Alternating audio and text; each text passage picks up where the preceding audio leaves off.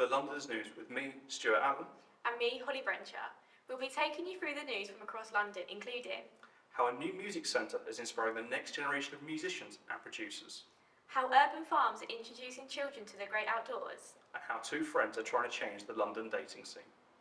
First up, our reporter Jess Little spoke with two charities that are raising awareness about knife crime in London. Both have taken very different approaches in their attempt to combat this issue, but here's Jess to tell us more. Knife crime is back on the rise again in London after a short decrease throughout the pandemic. The Benkinsella Trust campaigns for justice for those affected by knife crime. They run workshops raising awareness amongst young people within their knife crime exhibitions, one of which is located in Islington. I spoke with Tom Jukes, the regional manager of the Trust, about why the charity started and what they do. The Benkinsella Trust was established in 2008 following the tragic murder of Benkinsella. We're a charity that exists to prevent knife crime through campaigning and through education. We initially started out as a campaigning charity, but over the years decided to put most of our effort into our education work. And we developed a series of interactive experiential exhibitions where we can work with young people, hopefully empower them to want to tackle knife crime. The main aim of our Choice and Consequences exhibition is firstly to provide a safe space for young people to explore this complex issue. Knife crime is obviously a systemic problem. It's sadly not going away, so it is something that we need to tackle, and we need to tackle early. So whilst young people walk through this exhibition, they're not just learning the facts and busting the myths about knife crime, but they're also having a chance to kind of walk in the footsteps and truly understand the perspective of those involved in knife crime, so both victims and offenders. This year we have the tragic milestone of 15 years since Benkinsella was killed, and as part of that we've launched our It's Been 15 campaign.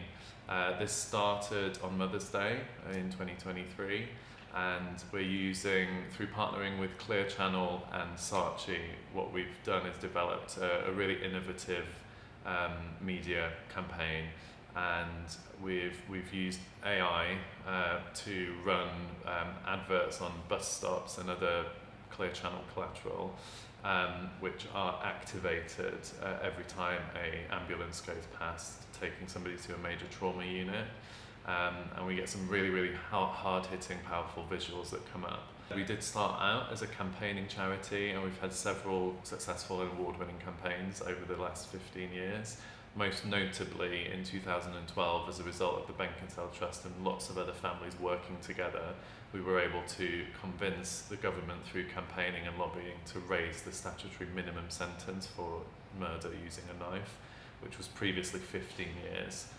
And now sits at 25 years, and that's often nicknamed Ben's Law, so that's by far one of our proudest achievements. It's fantastic that the government have recognised this problem, that we've now had the establishment of things like the Violence Reduction Unit.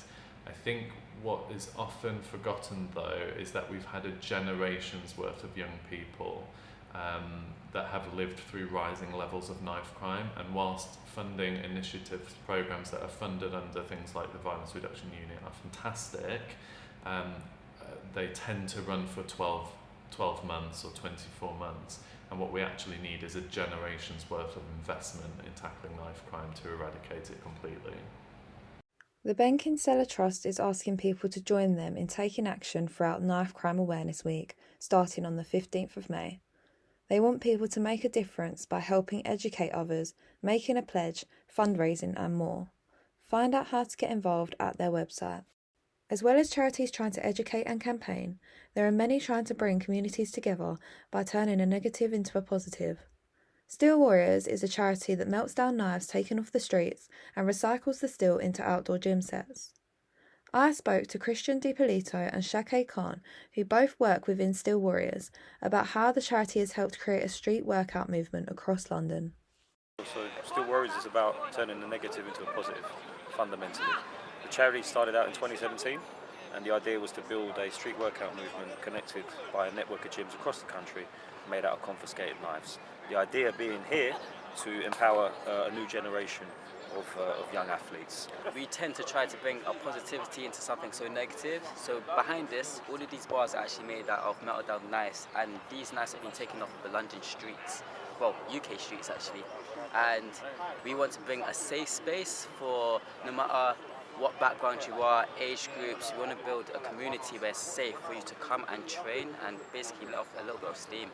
Our main aim is to basically make fitness accessible for the public, but also to give something to do to the youth of the streets, to not just hang out and just do nothing with their life, to do something positive. Learn how to do a pull-up, learn how to do a handstand, learn these skills that you never thought you would be capable of doing. So we provide free community classes 3 times a week at each location we have, and our coaches are there to help people strengthen up and basically learn how to set out a goal and then achieve this goal. I think what's interesting really is what we're hoping to do now moving forwards, which is play more, dare I say, of an interventionist role. Actually, being present in schools and showcasing, the work that we actually do.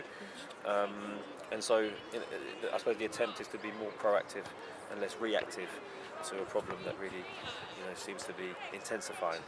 So our personal message is to put down and pull up. The reason why is putting down a weapon that can hurt someone's life and hurt a community, and jump on the bar and do a pull-up. Work on your goals. That's what we're all about. Jess joins us now in the studio to talk more about the impact these charities have had and where we stand with knife crime in London.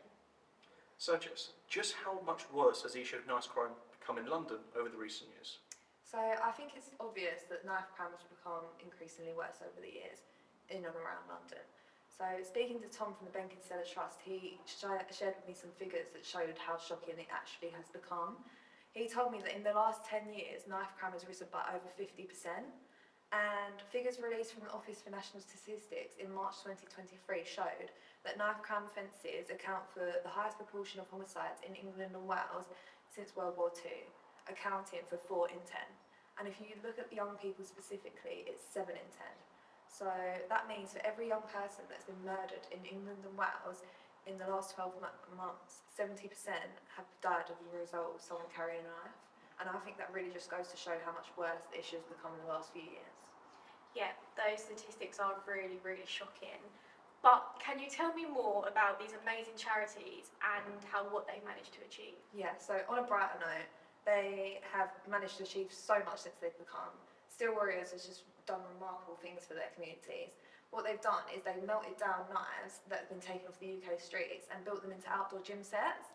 And they've basically created a space, a social space for people to come and get together and actually get off of the streets, get more young people together and just give them a hobby and give them a purpose instead of just hanging about and potentially getting into the wrong sort of lifestyle and basically trying to help eradicate knife crime in this way.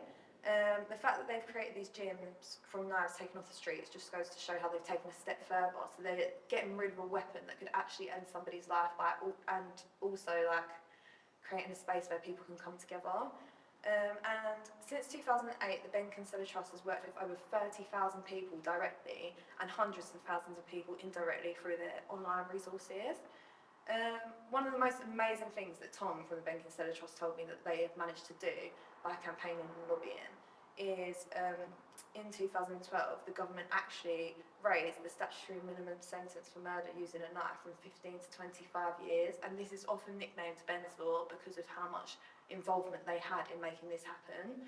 So that is just an amazing thing that they've managed to achieve, and I think it just goes to show the impact that these charities have had over the years. It's a fantastic legacy for them to leave, of course.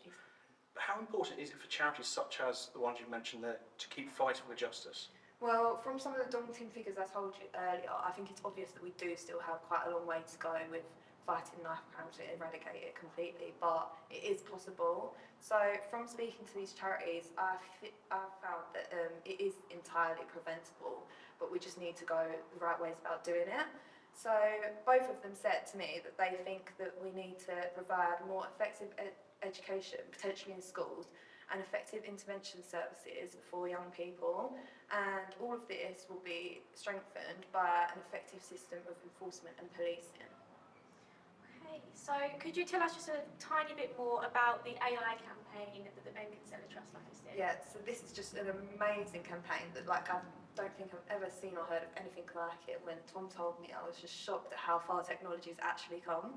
So the push was developed by M&C Saatchi London, which is an integrated creative agency, and Clear Channel UK, which is an outdoor advertising agency, and they worked closely with the Benkinseller Trust to create this outdoor advert on bus stops and all Clear Channel collateral, as Tom said in the video. And what they've done is they've placed a machine learning system inside of the bus stop that has been trained to understand what a siren sounds like. So when a siren goes past off of an ambulance, it hears that and it acknowledges that it's there, and it brings up the adverts of messages from mums to their children to see where they are and see if they're safe. And these hard-hitting messages really are effective in, I think, raising awareness about knife crime. So the campaign started on Mother's Day, and the reason being is because Benkinseller Trust released figures showing that 315 people were admitted to hospital with knife-related injuries last year around Mother's Day. So that's why they wanted to do it, as a shout out to mums, to make sure that they're checking in on their sons and daughters and just making sure that they're seeing the signs early of what could be leading to them getting involved in knife crime. And yeah, I just think it's an amazing thing that they've managed to achieve. Yeah, absolutely. Thank you for joining us, Jess. It's really nice to hear about how these charities are doing such crucial work in the community. Thank you. Next, we'll hand over to Julius Lawless-Master, who's pulled back the curtains to reveal how London's independent cinemas have fared during the corona pandemic. London is a hotbed for independent cinemas which cater for their thriving communities. However, the impact of the coronavirus pandemic, and now the cost of living crisis, has meant many have struggled to stay afloat. I talked to Tyrone Walker-Hebburn, owner of the Genesis Cinema in the booming East End, to find out what the recovery has been like and what distinguishes these venues from multiplexes. I think what makes independent cinema so important is that we're not just churning out the normal mainstream films for people. We are very community focused, so therefore we work on the ground quite a lot. We're not just a big organisation. We try to work within our community to put on really important films that people want to see and people should see. And we also try and support local filmmakers and local communities with, as well as films, events, workshops. Yeah, it's much more than just being a normal cinema putting on the regular commercial films. We realise that the communities here are massively diverse, so we work with a lot of different organisations, specifically in different communities, so we make sure that we do put on the most important, most relevant programme. So, talking about how heavily the coronavirus pandemic impacted the cinema, it was it was huge. We were locked down a number of times, more than any other industry, which was unfortunate. We were fortunate enough to have some reserves, so we could use those reserves to keep us going. The day when we were allowed to open up again, we had queues out the door. People coming in, and our top 3 films were all available online.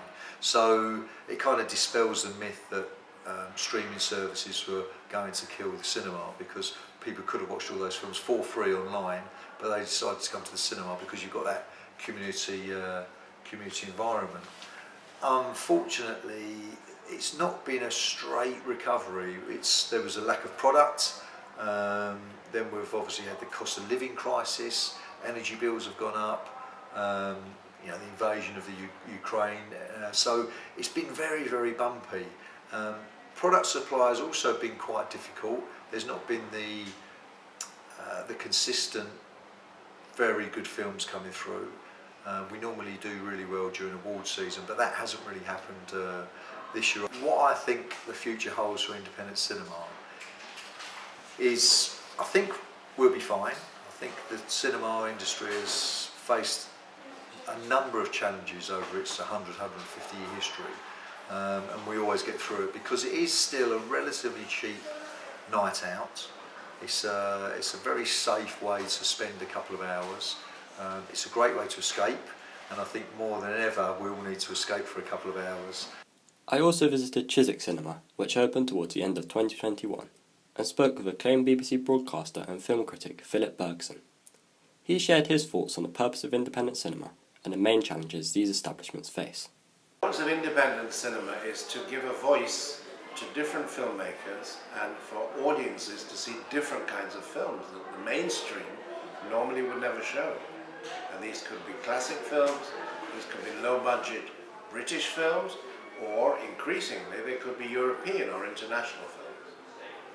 It's such a labour of love and it's such an uphill struggle to keep an independent cinema going. On small budget films, on continental films, on films that don't usually have a big budget for publicity and yet have a loyal audience. And in some cases it's a new independent cinema, they have to build up an audience depending where it is. But often then the independent cinema does different things. It might have a cafe, it might have a bar. One of the big challenges to running an independent cinema is getting films that an audience will come to see and which probably don't have a big budget for publicity and don't have a lot of advertising and are by directors that most audiences may never have heard of. So you really are almost starting at the beginning, except in many cases an independent cinema that's been running for some years has a loyal audience. The best thing the public can do to help independent cinemas is to buy tickets, and if they've seen a film they've enjoyed, to tell all their friends and encourage them to go. It's unclear what exactly the future holds for London's independent cinemas. However, they certainly still play a critical role in connecting communities and highlighting overlooked films. With summer just around the corner, what better time to pay a visit to the movies? And Julius now joins us in the studio. Thank you for joining us, Julius. My first question is, how big is independent cinema in London? Well, Stuart, independent cinema is absolutely massive in London. You can find them in all four corners of the city. And although many were built between the 19th and early 20th century, we're still seeing them open all around the capital. And even after the pandemic, Chiswick Cinema, which featured in my video, is an example of that. One thing we are seeing now is that many of them are community spaces. So they've got cafes and bars, and they hold workshops and get-togethers for people of all ages. And just how difficult has it been for the independent cinemas to come back from COVID-19? It's been really difficult. They were hit much harder than multiplexes because they don't have the same reserve funds. And of course, even after hospitality venues were allowed to reopen, you had health and safety measures like mask wearing and social distancing. This meant they weren't able to take as much revenue from tickets, and that resulted in a downturn in profits. A report from the Independent Cinema Office found that at the end of 2021, 47% of independent cinemas were operating at a loss, and 24% have been forced to make redundancies. The cost of living crisis also hasn't helped. It's caused utility costs to rise as well as supply costs. In fact, some independent cinemas in Wales reported a 700% increase to their utility bills. The one thing that has helped these cinemas though is that they are community focused. It's not about pleasing shareholders. There are no shareholders. It's just about helping the community of break even. So you mentioned that the cost of living crisis. These times we're in at the moment are very uncertain financially. So how can the public help independent cinemas during this time? Well, as Philip Bergson said in my video, the best thing the public can do is visit them. You'll be hard pressed to find an independent cinema that doesn't have a cafe or a bar. So you don't necessarily need to go and watch a film. Just meeting up with a friend over a coffee or tea can make a real big difference. Another thing the public can do is raise awareness about their local independent cinemas, whether through word of mouth or social media. And if you do consider yourself somewhat of a film buff, it might be worth getting a membership at your local cinema.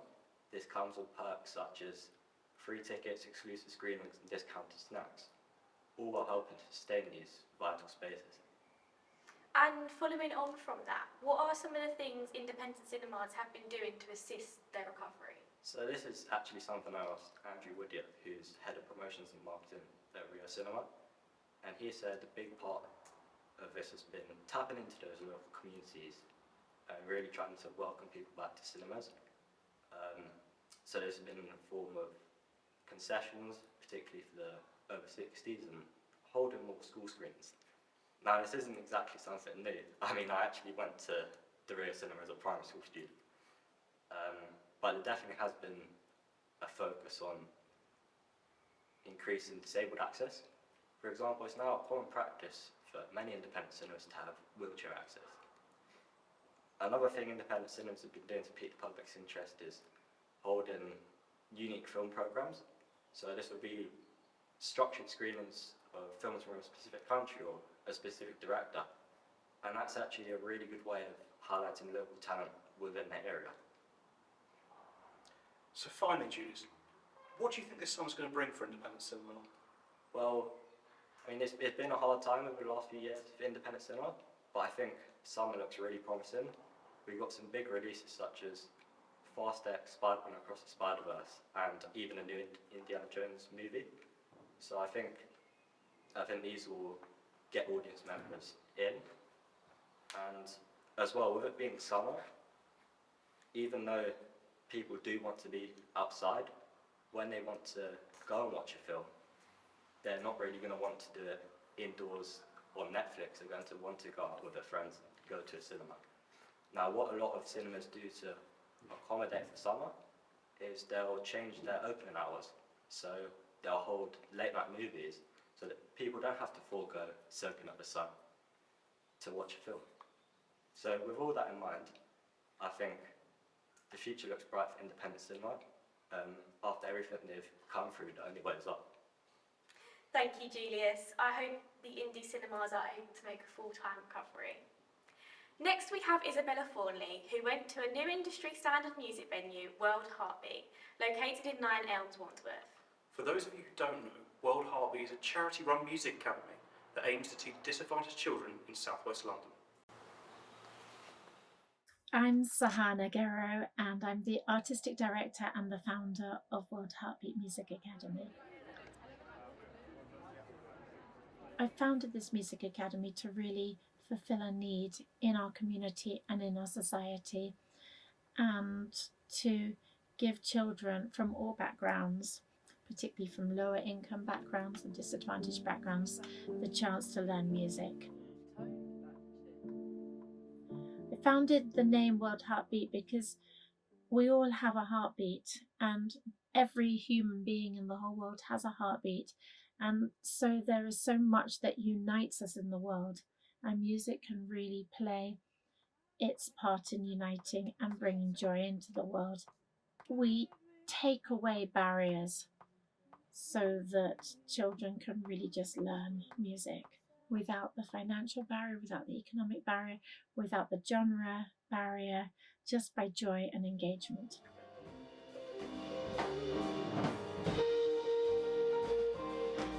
The thing is that I wanted World Heartbeat to really be like the United Nations for music, and to be a place of real aspiration, real quality, real inspiration, and a place really of peace as well.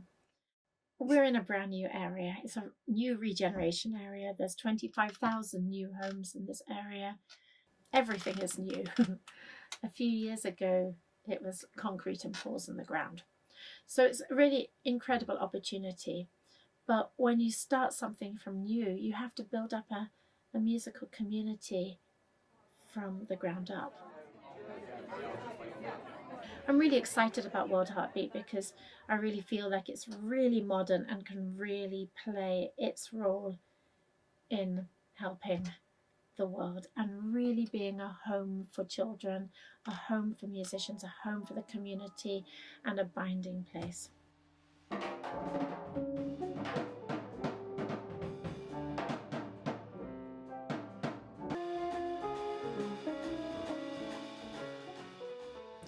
The reason why World Heartbeat is so important is because we train musicians not only in their discipline of their instrument, but also of how to play their instrument with other musicians, and how their instrument and the music that they play is a language.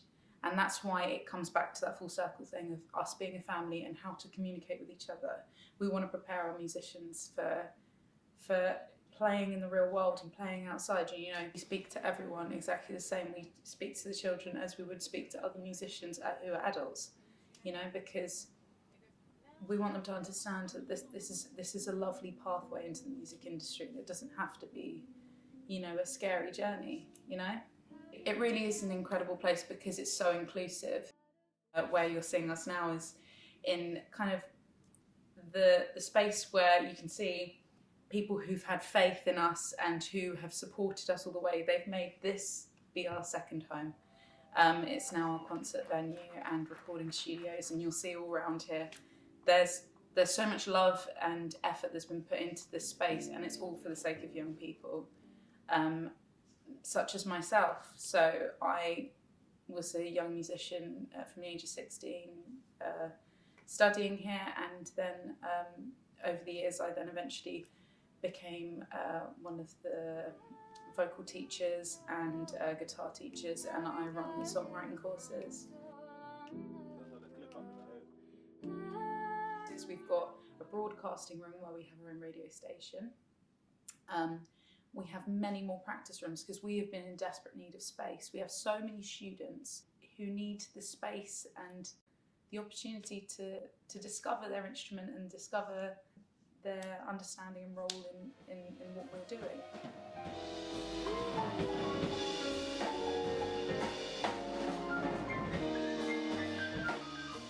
I think the new facility, Embassy Gardens, is really, really useful, and it's really beneficial for aspiring musicians.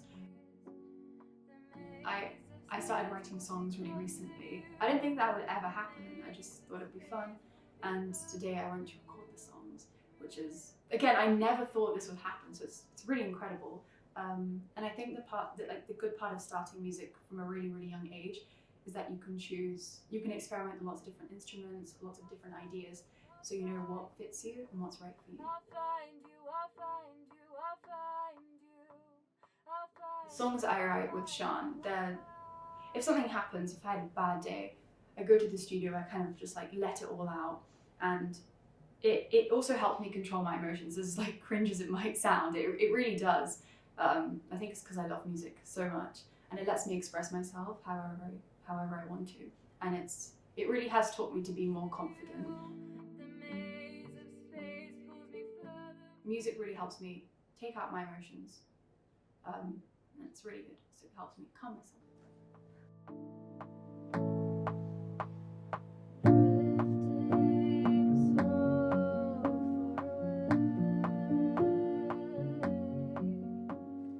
Do you love the new studios? I do. I love the new school and the old school. It's all just so welcoming how Sahana makes it. She's a very good boss, I'll say. I really like how everybody's just so nice. So you really can fit in here. It's just amazing. I love it. I would come every day if I could. It's so lovely to see so many smiley faces. Now, Isabella, can you tell us a bit more about how World Heartbeat came to be? Of course I can. So Sahana Garo opened World Heartbeat at Kimber Roads in 2012. It's important to note that Sahana for me is World Heartbeat. She is the core of the place, not only the creative director and founder of the company. Every single student in that facility looks up to her. They idolise her. She is a musician and music teacher. She knows how to play the clarinet, the flute and the saxophone. She's performed in over 70 countries and she's taught over 1,500 students in her 25 years of teaching. When they opened their initial site at Kimber Roads in 2012, as I mentioned, they had nothing, not even Wi-Fi. And Sahana said, we don't need Wi-Fi, we're a music school, which very quickly came to be that they did need Wi-Fi to do social media, but initially she didn't even want Wi-Fi. It's a music school. So the first 30 students at the new site, Embassy Gardens, were initially taught outside of World Heartbeat in Embassy Gardens on a Steinbeck piano. Because it was COVID and the building site was taking place, they couldn't be taught inside. So Sahana taught them outside. And those 30 students that got taught outside of the new site got to be the first students to start the site in MC Gardens. She sounds like an amazing woman. Incredible. Starting from such a simple beginning, what's the aim for their new site? So their main aim is to replicate that of Kimber Road, so to create a family environment where the students feel very comfortable and at home. It's to provide access and instruments to at free or subsidised rates, and for young people aged between 5 and 25 to be able to receive music tuition. The Academy also has an Emerge programme, which is one for students over the age of 16, and they have encouraged students to use the concert venue at MC Gardens for every Thursday. So throughout their concert season, which roughly they hold around 30 concerts per season, every Thursday they try to get their older students to perform, to get them the confidence of live performing, which is incredible. And all of their tuition is for students particularly of lower income and disadvantaged backgrounds. Going on from that, you did mention that they want to provide subsidised or free music tuition. How many students are currently on financial aid? So at Kimber Roads they have 350 students. At Embassy Gardens at the moment they have 30. So that makes a total of 380 students, and they're at the moment more than half of them are on free or subsidised bursary support. They're looking to make Embassy Gardens a much larger tuition centre. They want to double the whole figures of World Heartbeat and make it up to 700 students, and hopefully more than half will be able to get free or subsidised tuition. Also saying that this coming summer they want to expand their current classes, which is piano and vocal classes, and be able to provide violin and guitar sessions for students that are trying to learn the music. So this is all fantastic, but obviously this sort of industry stuff does not come cheap. So who's helping to fund World Heartbeat? So World Heartbeat, the Embassy Gardens site was funded by the Levelling Up Fund, which was by when they went against other creative bodies in South West London. And because Nine Elms is a regenerational area, at the moment they haven't got the numbers that they need for diversity of facilities in the area. It's very residential. So they went up against a whole load of other bodies, and they were luckily granted the money to be able to build their new site. They've got a state-of-the-art recording studio, they've got recording booths, tuition rooms, everything. And as I mentioned as well in the first question, I said that they've got 2 Steinbeck's pianos in their centre, which is, the tutors dreamt of that. The tutors didn't get to touch them until they were well into their careers. And you've got 5-year-olds learning on one. So it's amazing. They've also got the Arts Council's various trusts, liveries and foundations, as well as private funding from donors, and all of this money that goes towards the students, and it also goes towards being able to provide all of these facilities and having different instruments on the go and different sessions and different tutors, and just, yeah. I think as well with their main aim, they really want to get more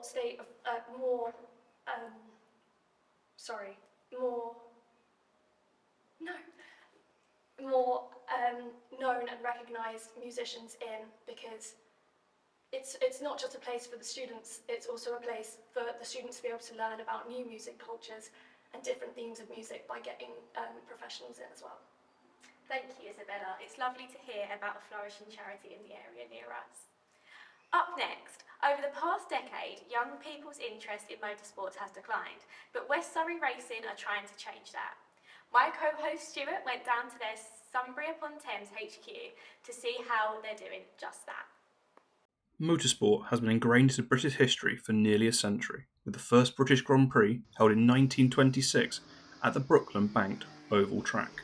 However, with top-tier motorsport roles becoming ever more competitive, initiatives such as West Surrey Racing's No. 3 mechanic scheme are becoming ever more pivotal in giving students that in-industry experience.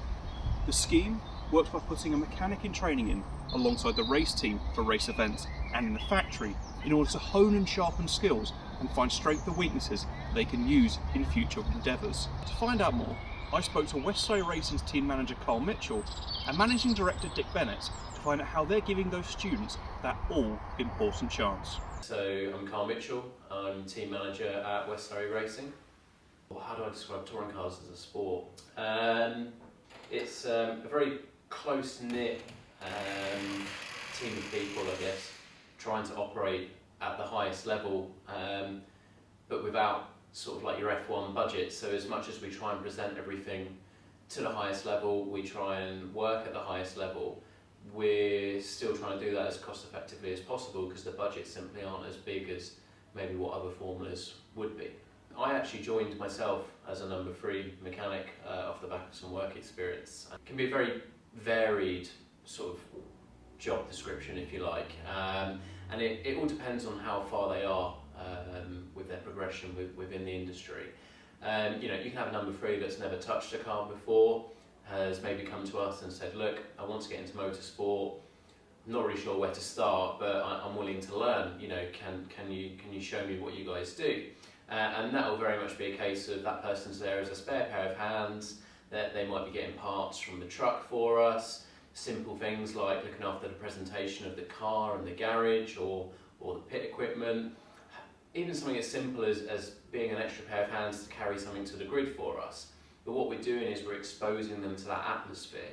We're showing them our work ethic, and at times where it's not as busy, they'll be watching us and looking at what we're doing, and they're slowly being drip-fed the information or the knowledge they need to be able to progress.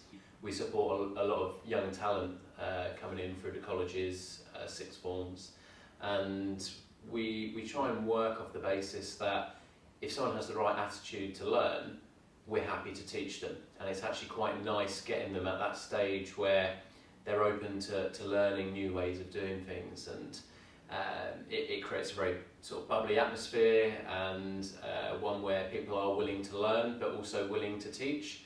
There's no like a proper apprenticeships for motorsport, and I think there should be. We've had one particular young girl, Sophie, she just left us. She's been with us 4 or 5 years, and she's now gone up to, she was looking at Formula 1, but she's now got a job with a top GT team. But we've got a new girl on board now, so it's a, you know, she's already up to a number 2 level, and we still have work experience from Brooklands College or from Cranfield University or Oxford Brookes. Development and success have gone hand in hand for West Surrey Racing, with 16 championships in the British touring cars since 1996. They started in 1981 in British Formula 3, winning their first season with Jonathan Palmer and going on to win 5 championships in their 15-year stint. Many Formula 1 greats have raced for West Surrey Racing in the 1980s and the 1990s. These include Brazil's Rubens Barrichello, Finland's Mika Hakkinen, and the late great Ayrton Senna. I asked Dick about his memories of when the team started up and how it was to work with the 3-time world champion Senna.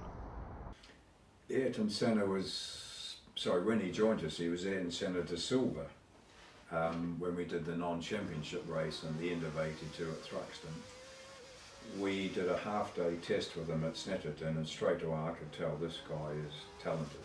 His feedback, his speed, straight away, half a day run. So we did the non-championship race at Thruxton, pole position first. He won it by 12 or 13 seconds. First time out, I thought, wow. And the thing that probably impressed me the most with him was when we did Macau. So he didn't arrive out to Macau till midnight, maybe it was Tuesday. Whatever, the other drivers, and we'd all been walking around this fantastic street circuit Macau, and Ayrton had to hop in the car on Thursday and go out straight away without even walking around the track. Because he arrived at midnight, he didn't even see it in daylight. So the first time he saw the track was in the Formula 3 car. And of course he goes and sticks it on pole. So he won Heat 1 quite comfortably. He said, I've got to go and have a rest. I said, what about the car? No, don't touch it. He went back to the hotel, had a sleep for a couple of hours, and come back, boom, won race 2. So that impressed me. That was against the top 4 or 5 drivers from each country were invited out for that race. So yeah, very impressive. Senna's career was cut short with his fatal accident in 1994, but he's remembered for his performances just like Macau. West Surrey Racing will hope their number 3 mechanic scheme will help them to continue winning and leave such a legacy. So, Stuart, what are touring cars and Formula 3 cars? So, touring cars at its simplest form are road cars that have been adapted for the track. So, the cars you saw in the video there are BMW 3 Series, and they will have all their body panels taken off, all the brakes, the suspension, all changed, to heighten the performance, make them more powerful, and even more importantly, make them safer. So when they are going a lot faster, they have upgraded brakes, usually ceramics, to make sure they slow down that much better. And these will be any sort of car. So you'll see the 3 series you saw in the video. There are Honda Civics they'll be used. There'll be cars from a brand called Infiniti as well. And they'll all just be used to be as competitive, as high performance, and as safe as possible. Hey, that's a fun fact that I've learned today. And what motorsport is still free to view on TV? So the British Touring Car Championship is on TV to watch. It's on ITV4 normally, and they will have race weekends throughout the year. So they've had 2 so far this year, and they usually have support races. So you'll have Ginetta Juniors and Formula 4, which is a feeder series into the Formula 1 system. And these will be action-packed throughout the weekend with 3 touring car races on a weekend, and the others sort of in between the races. The other things you have Formula E, which is on Channel 4, and that is a much newer motorsport. So that was started in 2014, and it is in its effect a electric Formula 1 series. They're not quite as fast as Formula 1, and they don't race on the same tracks, but it's the same sort of premise. And you have high-performance drivers in there, former Formula 1 drivers as well, all competing in very tight, very narrow, temporary tracks. So they'll use Berlin Airfield, for example, as a track, and they have a track in the London city centre as well. Formula 1, on the other hand, is on terrestrial TV on occasion, so you have it on Channel 4. That's not every single race. They will have the highlights, but the live action is split for less than half the races throughout the actual year. And similar to the scheme you've spoken about, are there any other schemes out there? Yeah, so there's the National Motorsport Academy, who run their own student GT team, which is the same similar series to what the graduate from West Surrey Racing has gone into. And they will do undergraduate and postgraduate courses, but what's interesting about it is they're industry-led. So you'll have engineers who worked at Pinnacle Motorsport, teaching people in industry how it all works, not just the theory, but how to apply it as well. You also have a initiative called Mission 44, which was started by Sir Lewis Hamilton, the 7-time world champion.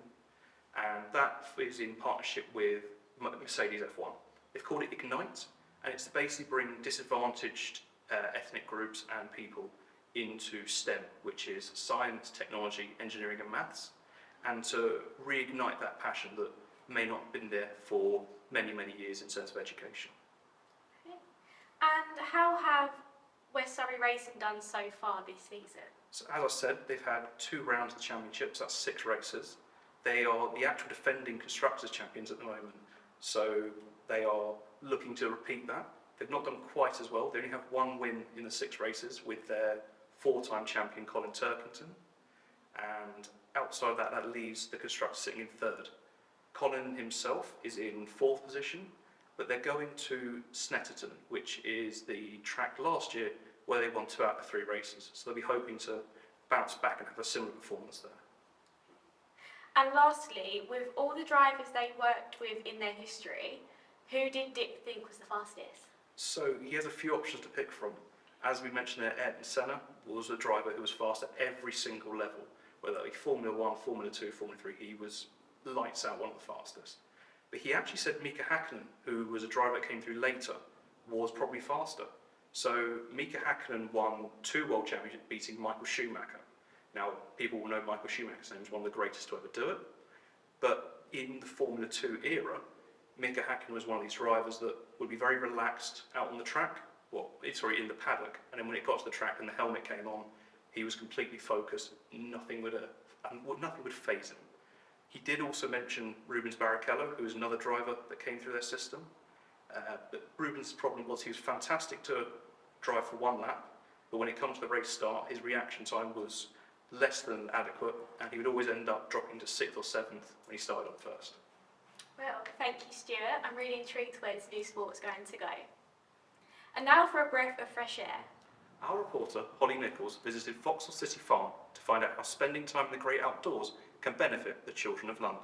How do you feel after spending time in green spaces? Well, for children and young people, being in the great outdoors can be incredibly beneficial for their mental health and education. A study commissioned by the Wildlife Trust in 2019 highlighted how children's well-being increased and they gained educational, personal and social benefits after spending time connecting with nature. Vauxhall City Farm, in the heart of Lambeth, aims to provide the children of London with a break from urban life where they can experience the natural world to enhance their health, well-being and gain more educational awareness on nature and rural animals. I spoke to Chief Executive Monica Tyler, who told me a bit more about the work that goes on at the farm. We're an educational charity. We've been around for 46 years, the farm side has been, and we provide a range of workshops, a visitor experience for the community. We cover 6 boroughs that are local to the farm, and we provide a range of different activities, recreational and educational. We have around 100 animals that we utilise to teach animal husbandry skills. We run a number of workshops for schools. So we have a sustainability workshop, which is all about utilising what we have here. In fact, our sustainability workshop takes young people participating in it on a journey from looking at our animals, looking at whose poo is who, and deciding how that can be utilised in composting. So that circular economy from taking the animals' faeces and using that in our community gardens. I don't know whether you're aware that goat's poo is really good for growing corn. So that's something that the young people learn in their sustainability workshop. We started those workshops last year and we've had over 300 participants of young people ranging from the ages of 8 to 11 participate in that, and they've really enjoyed it, taking the goat's poo and then mixing it with our soil and growing corn. For many young people growing up in an urban environment, the chances of learning how to grow tomatoes, and actually tomatoes don't come from Tesco's, they come from the land. It's really important to have this educational facility local. We've got one of the highest obesity rates in the country. It's a very urban area where, as you can see, most people around here live in flats. The farm is a little oasis and a little piece of the countryside for people to come to. Ethan Mitchell is Farmyard and Livestock Coordinator at the farm, and he told me a bit more about why it is so important for residents of the city. This city farm, I feel, is the best around. Just the fact that it gives education to children, and not just that, also education for adults who may not know about specific animals. So that's partly my job to tell the facts to the public about the animals. People don't appreciate rural landscape as much as they do this city, and I feel it's also important for not only to learn here, but to learn about the animals in the wild. The 2019 Wildlife Trust study revealed that after spending time in nature, 90% of children felt they learned something new about the natural world. I spoke to Charlotte McDonald, Education and Partnership Manager at the farm, who described the educational benefits for urban children. Learning about sustainability, agriculture, animals, their welfare, how to look after them and care for them, where food comes from, that whole scope of education is absolutely vital for children, adults alike, particularly here in the city where young people might not get that opportunity. It's something that needs to be embedded within curriculum, whether it's in school or here on the farm. By being here in the farm, where children can see firsthand, they can see how the animals are looked after, how they're kept, they can use our garden facilities and really get a sense of the story of food going from seeds to their plate, and understanding what they're eating is coming from. It's so particularly important for children in the city who might not otherwise get that opportunity. Vauxhall City Farm is one of 12 in London. The London City Farms and Community Gardens Association describes these locations as educational green spaces that connect city people with farming, food production and the natural environment. In a world of advanced technology, AI and social media, it is important that city children do not disconnect with the great outdoors and all it has to offer. Could you tell me where your nearest green space is? Do you know where your nearest green space is? Not off the top of my head. Give me 5 minutes, I might be able to think of it. Well, we have Holly with us in the studio now to tell us a bit more about how city farms help children from urban areas. So, Holly, where can people find out more about their nearest city farms in London? Yeah, absolutely. So I mentioned it briefly at the end of the video, but there's a really good online resource and it's part of the London City Farms and Community Gardens Association. So on their website, they list all 12 city farms in London and their locations. Vauxhall City Farm's on there, and it's a stone's throw away from MI6. It's right in the heart of Lambeth. It's a really nice location. And it's basically, the website is a member organisation for charitable farms and gardens serving London communities. And like I said, it lists those 12 farms, but it also lists over 50 green spaces as well and green projects in the city, which is really great because maybe if you don't like animals or you're just looking to go for a walk, you can go there as well and find your green space. And the website for that is londonharvestfestival.org.uk. That sounds absolutely amazing. How else can children experience the great outdoors? Yeah, so obviously you have the city farms in London, but if they wanted to go outside of the city, there's a really great educational charity called Farms for City Children. It was actually set up in 1976 by Michael Morpurgo and his wife Claire. And also the Princess Royal is a patron for that charity, so it's a really, really great initiative.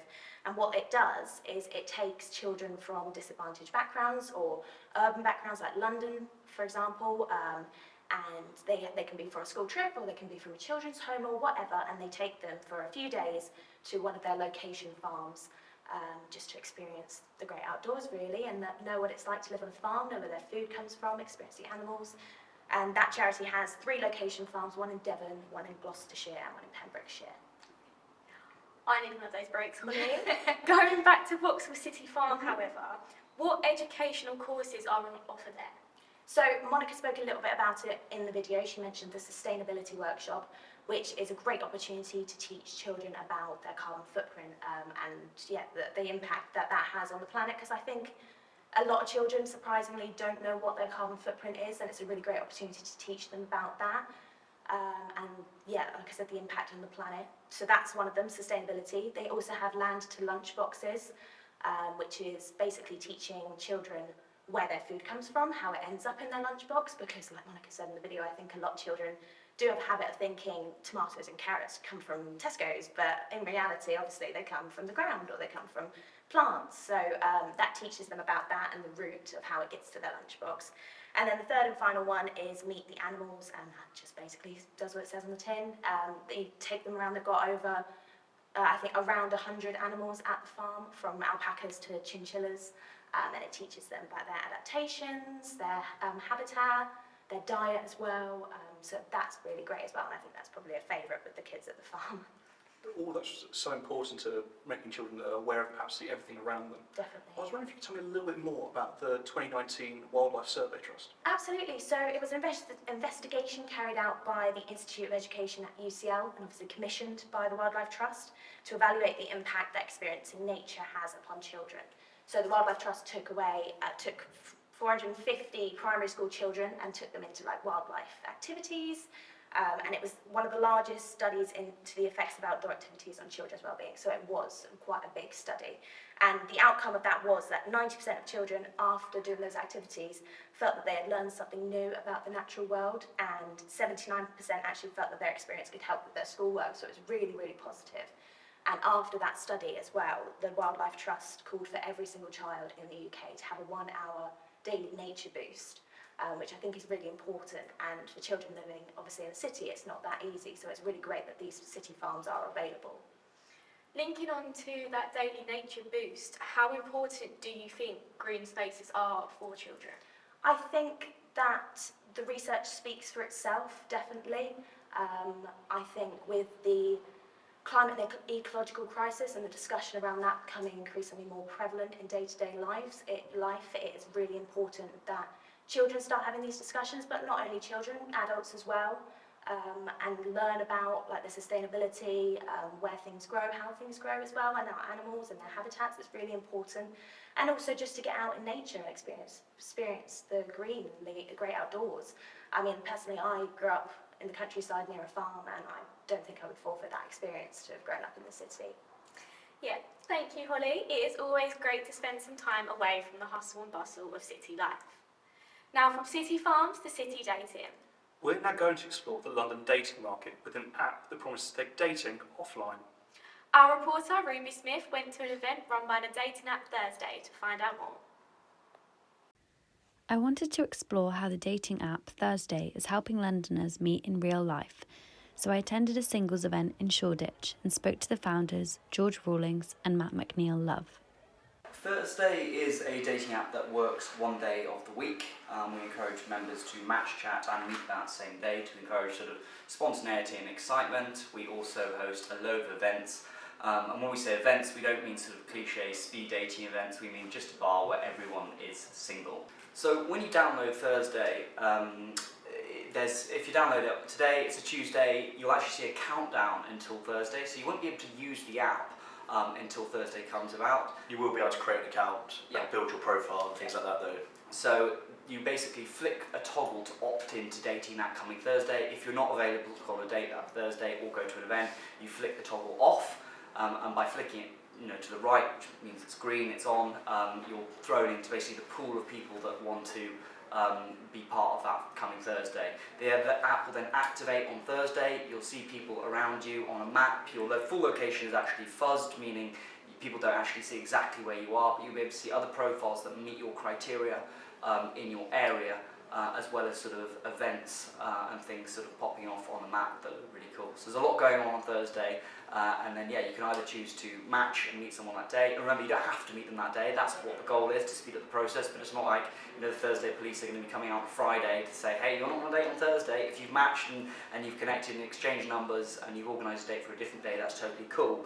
But of course the events also happen. So people use it either for the online or the offline. We very much see ourselves as this hybrid approach that sort of combines the two in a sort of a community-based club, really. We were noticing a trend that females and males, when they were going out, weren't chatting to each other, and even if by some sort of miracle you're chatting to a girl at the bar, in my case, and she thought I was attractive, hence the miracle. Doesn't happen often. And then also could put up my chat, she'd still go back to her friends and be like, this weird guy just chatted me up at the bar.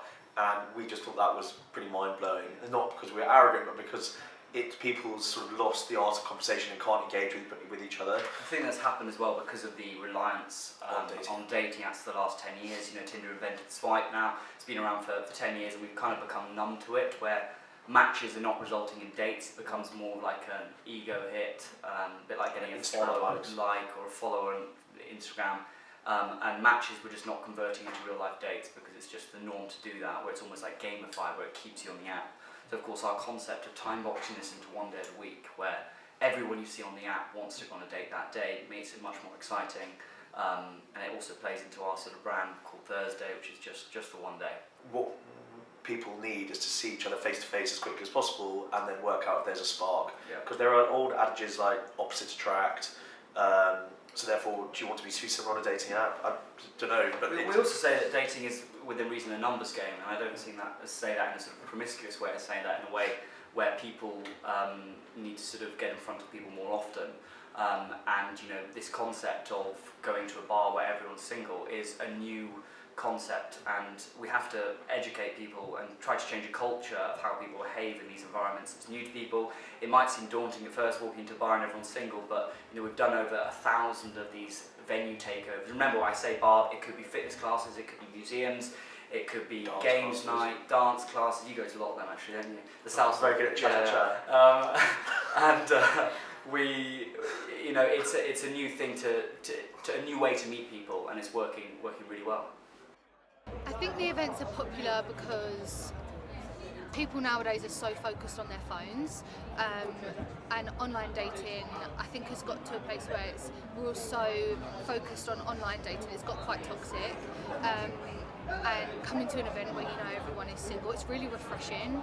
It's something that our generation had the privilege of doing, meeting people in bars. So it's like a middleman. You can meet somebody on the app, or you can choose to come to the event in real life. It's like a good in between. So at the end of the night, it's great being on the door all night. We really see everybody come in quite awkward, sober, quite tense. And then at the end of the night, you get drunk people stumbling out, hand in hand, maybe a snog on the street. Yeah, it's very interesting to see the difference. So I'd say there's quite a good success rate. Maybe even if not long term, on the night, it's great. I mean, it's quite vibrant. I mean, you can just, when you're here, you don't actually have to engage with anyone. Everyone just wants to talk to you at the end of the day, and I just feel like it's really welcoming and friendly at the end of the time. Just be you, just be confident, just literally let everything out, because at the end of the day, everyone's a stranger until they're not. Yeah. My best shout-out line. Hi, my name's Andre. Yeah. Ruby now joins us in the studio to tell us more about Thursday. Thank you for joining us, Ruby. So, how did the founders create the idea for the app? So, the Thursday founders, George and Matt, are actually friends from school, and they came up with the concept for the app on a ski holiday together.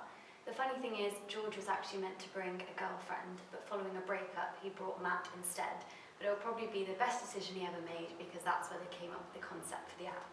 So the first iteration of the app was actually called Honeypot, which broke London down into boroughs and geo-fenced them. So if you lived in a borough, you could check in and find out who wanted to go on a date that day.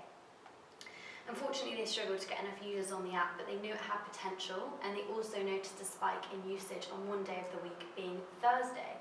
So they decided to abandon Honeypot and change direction to create the Thursday app. The concept of the app has always remained the same, which is to get users to match, chat and date that same day. And when George and Matt were in their 20s, they realised that men and women were using these apps to get matches, but they weren't necessarily interacting with people in real life. So the app aims to bridge this gap and get singles to meet in person. Thursday's obviously partnered with loads of venues across London since then, so by downloading the app you can attend one of these events for free and know that everyone there is single. And other apps have also followed suit now, like Bumble, who host dating events across London. It's so good to see something so great come out of something so negative with a breakup. So what do you think are some of the issues around online dating at the moment? So obviously we live in a digital age, and dating apps have definitely changed the dating market in recent years. I think it's easier now than ever to find a match online. And actually 39% of heterosexual relationships now start online, and that figure is 60% for same-sex relationships. That being said, I think people have become far too reliant on online dating. As George explained in the interview, it's easy to get matches online. These aren't necessarily converting into real-life dates, and I think there's a couple of reasons for this. So firstly, a lot of dating apps tend to niche down on specific interests, but just because I'm interested in Coldplay and you're interested in Coldplay doesn't necessarily mean we'll be compatible. So dating apps like Tinder and Hinge have really clever algorithms to show you people who meet your criteria, but that doesn't necessarily mean you'd get along with them in real life, and I think it narrows your dating pool quite significantly. Secondly, I think it's difficult to form a real connection online when people are reduced to a selection of filtered images. Whereas when you meet someone in real life, you might feel a vibe and a chemistry that you just wouldn't get through a dating app. So on top of all that, when singles do meet in real life, I think they're often scared to interact with people because they're frightened and they're scared of rejection. So I think that's why dating events like Thursday are really great, because it's an opportunity for people to meet where they know everyone there is single. And why would you say the app itself has been so successful?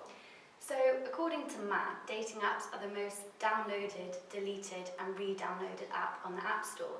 So while they have a quite low retention rate, I think single people will always come back to dating apps. Thursday has had over 1 million downloads since it was launched just over 18 months ago. It started in London and it's now branched out to other UK cities and even New York. And they recently even had a wedding in New York from a couple who met on the app. I think the app works well in big cities like London because in these densely populated areas it can feel quite daunting as a single person. Especially as a young single woman, if you're meeting someone you don't know in an unknown area, it can be quite frightening.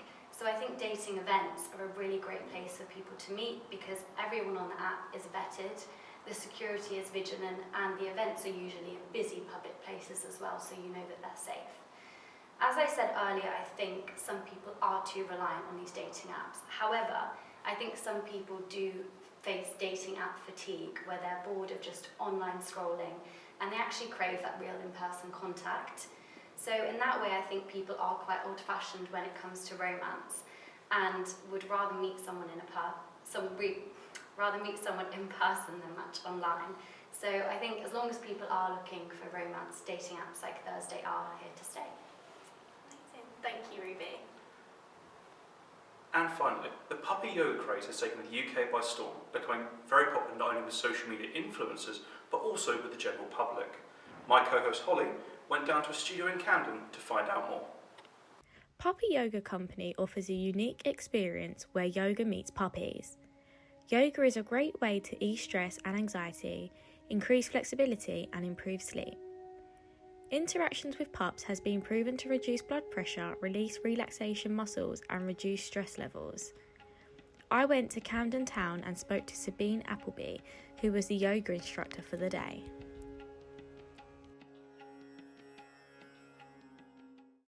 Puppy yoga is really good for the well-being of puppies as they get to interact with people, they're socializing before they go into the new homes, and it's an opportunity also for people to interact with puppies at the same time.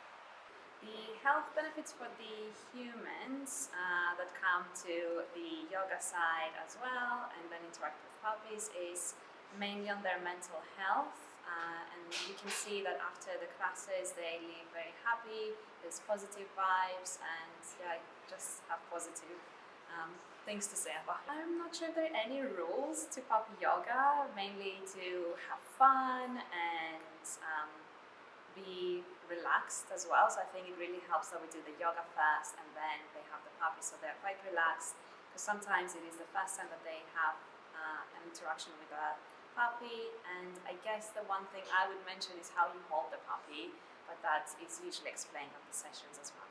So the sessions start with either 20 or 30 minutes yoga, depending on how the group has arranged it with us. And then we have the rest of the time for them to interact with the puppy. So there's either play or cuddles. Sometimes we bring some treats for the puppy, so we can really have fun, interactive time after the yoga as well. So puppy yoga is quite essential, and it is not only for the Instagram and the post, it's really beneficial for people that come to these sessions because it combines two really good elements that will support their mental health, a little bit of body mobility as well, and it just helps people feel happy. And we do take care about how the puppies are. That's why we start with the yoga and then we bring the puppies. Once they finish the sessions, the puppies go back to their home, and at some point they find their new homes as well. This happens that some people get interested and they actually buy some of the puppies, but after the session they go home, they have their meals, they sleep, and they usually sleep really well actually. I spoke to one of their regular attendees, Nina Singh, and asked her about her experience. I first heard about the Puppy Yoga Company last summer, I think. I want to give away on Instagram, and they let me and a friend come, so yeah, it's through Instagram. I've done regular yoga. I'm actually a yoga teacher, so the difference is that I think, I don't know, you get to just relax more, because I feel like when everyone's around puppies, you're excited, but you're still really relaxed. And yeah, I feel like puppy yoga benefits me because if you're feeling a bit down, you just can't be down around a puppy, you know? So yeah, it lifts your spirits, lifts your serotonin, and it's just, yeah, makes you feel great, sets you up well for the day. What would you say to someone that is a beginner at puppy yoga? That don't be scared of it, because the yoga that you do is not hard. It's always beginner friendly, and yeah, it's a great payoff, because you know that as soon as the class is done, you get to just have cuddles. Puppy yoga is amazing for my mental health.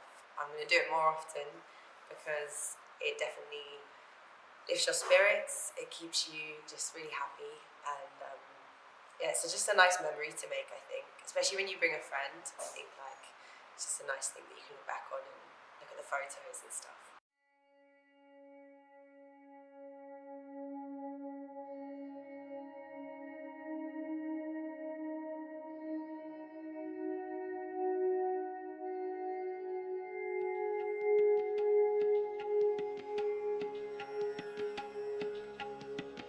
So, Holly, firstly, that looks absolutely amazing.